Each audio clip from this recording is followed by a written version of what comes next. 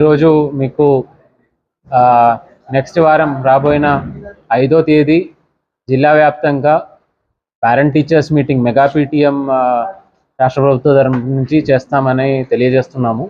జిల్లాలో సుమారుగా 2,06,000 మంది దాకా స్టూడెంట్స్ ఉన్నాయి. అంటే మనకు 1 నుంచి 12వ తరగతి వరకు. దీంట్లో ఈ 2 లక్షల సుమారుగా ఉన్న పిల్లలు, వాళ్ళు తల్లిదండ్రులు, అదేవిధంగా సుమారుగా 10,000 దాకా టీచర్స్ పైన జిల్లాలో ఉన్నారు. వాళ్ళందరినీ కలుపుకొని మెగా పీటీఎం 5వ తేదీ 9 గంటల నుంచి మొదలు పెట్టడం జరుగుతుంటాయి. ఒక 2:30 నుంచి 3 గంటలలో రకరకాల యాక్టివిటీస్, అంటే ఇంతకు ముందు కూడా లాస్ట్ 1 ఇయర్లో మనం 2-3 సార్లు ఈ కార్యక్రమం చేయడం జరిగింది.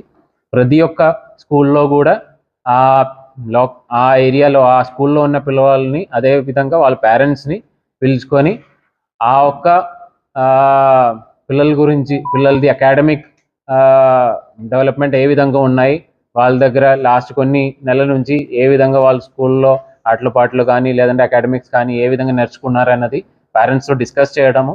అదేవిధంగా ఎస్ఎంసి కమిటీలో ఉన్న వాళ్ళందరూ, అదేవిధంగా ఎస్ఎంసి సభ్యులందరూ కూడా కలుసుకొని పేరెంట్ టీచర్స్తో కూడా కలుసుకొని ఆ స్కూల్ సంబంధించిన అభివృద్ధి కార్యక్రమాలు ఏవైతే ఉన్నాయో దానికి సంబంధించి మాట్లాడడం కూడా జరుగుతాయి. అదే కాకుండా లోకల్గా ఉన్న పబ్లిక్ రిప్రజెంటేటివ్స్ అందరూ కూడా అది పంచాయత్ ప్రెసిడెంట్ కావచ్చు, జెడ్పీటీసీస్, ఎంపీటీసీస్ కావచ్చు, ఆనరబుల్ ఎమ్మెల్యేస్ కావచ్చు, ఆనరబుల్ మినిస్టర్స్ కావచ్చు, ప్రభుత్వ సిబ్బందులు అందరూ కూడా కావచ్చు, వాళ్ళందరూ కూడా ఒక్కొక్క స్కూల్లో అటెండ్ చేయాలని చెప్పి కూడా ఇన్స్ట్రక్షన్స్ ఇవ్వడం జరిగింది. Already mapping, honourable public representatives with a స్కూల్లో వెళ్తారని మ్యాపింగ్ కూడా చేయబోతున్నాము. ఆల్రెడీ మనం దానికి సంబంధించిన ఇన్స్ట్రక్షన్స్ ఎంపీడీఓస్కి, అదేవిధంగా మండల్ ఎడ్యుకేషన్ ఆఫీసర్స్ అందరికీ ఇవ్వడం జరిగింది. మండే ఈవినింగ్ లోపల ఆ మ్యాపింగ్ కూడా అయిపోతుంది. అదే కాకుండా ఈ ఒక 2-3 గంటలలో ప్రోగ్రామ్ అయిపోయిన తర్వాత అందరూ కూడా మధ్యాహ్న భోజనం ఆ స్కూల్లోనే చేసి, అంటే పేరెంట్స్తో పాటు పిల్లలతో అందరూ కలిపి టీచర్స్ అందరూ కూడా అక్కడే మధ్యాహ్న భోజనం కూడా చేసినట్టు ఏర్పాట్లు చేయడం జరుగుతున్నాయి. మండే దీనికి సంబంధించి మిగిలిన జిల్లా ఆఫీసర్స్ అందరితో కూడా ఒకసారి కోఆర్డినేషన్ మీటింగ్ కూడా పెట్టడం జరుగుతుంటాయి. నెక్స్ట్ రాబోయిన 5-6 రోజులు, అంటే నెక్స్ట్ ఫ్రైడే వరకు నా రిక్వెస్ట్ ఏంటంటే ఈ ప్రెస్ సంబంధించి అందరూ కూడా ఈ విషయాలు జనాల దగ్గర బాగా తీసుకెళ్లాలని కోరుతున్నాను.